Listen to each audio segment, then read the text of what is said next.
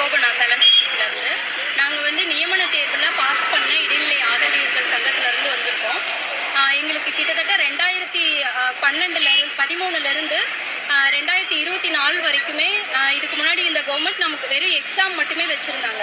ஒரு முறையும் எக்ஸாம் வைக்கிறாங்க, அது கல்வி லிஸ்ட் விடுறாங்க, ஆனால் பணம் எதுவுமே இல்லை.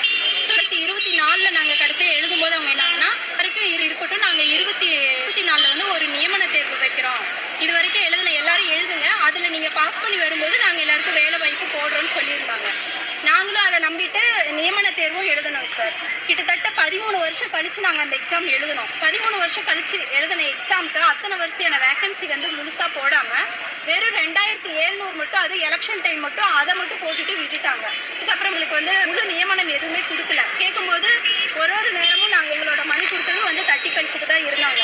இது வரைக்கும் பார்த்தீங்கன்னா இந்த இடைநிலை ஆசிரியர்களை பொறுத்த வரைக்கும் அதாவது டீச்சர் ட்ரைனிங் பாஸ் பண்ணவங்க மட்டும்தான் வந்து அப்பாயிண்ட் பண்ணுவாங்க.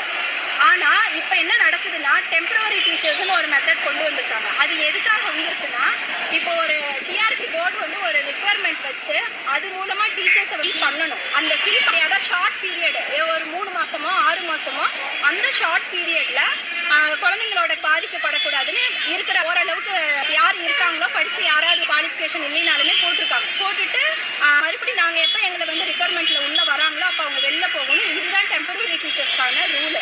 ஆனால் இவங்க என்ன பண்ணிட்டாங்க, 13 வருஷமாக வேலையே போடாததுனால எங்களுடைய இடத்துல ஃபுல்லாகவே வந்து இப்போ டெம்பரரி டீச்சர்ஸ் தான் இருக்கு.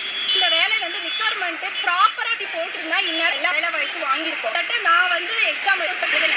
இப்போ அப்போ நான் கன்சீவாக இருந்தேன் சார். இப்போ என்னோட பொண்ணு வந்து பார்த்தீங்கன்னா 9th படிக்கணும், வெறும் மட்டும் எழுதி கொண்டு நாங்கள் எங்களோட ரிக்வஸ்ட் என்னன்னா, நாங்கள் 13 வருஷமாக காத்து டெட்டு தேர்வில் மட்டும் இல்லை நியமன தேர்வுலையும் மார்க் வாங்கி ஸ்கோர் பண்ணி நாங்கள் அதை நான் நியமன தேர்வு மாதிரி தெரிவிக்காம இப்போ ஆல்ரெடி எக்ஸாம் வச்சதில் எக்ஸாமில் மாடியில் எனக்கு வந்து ஜாப் இது மட்டும் டெம்பரரி டீச்சர்ஸ் கண்டிப்பாக அப்படி வந்து போட்டிருக்காங்க. போட்டிருந்தோம் டெம்பரேச்சர் எக்கானமே வச்சு எங்களுக்கு இப்போ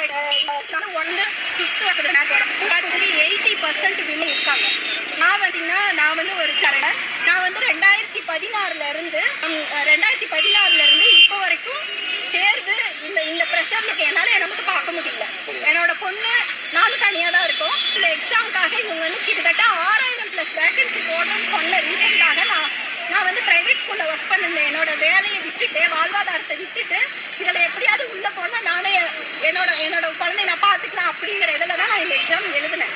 கடைசியாக பார்த்தீங்கன்னா அவங்க வந்து ஜாப் போடலை, அதுலேயும் போடலை.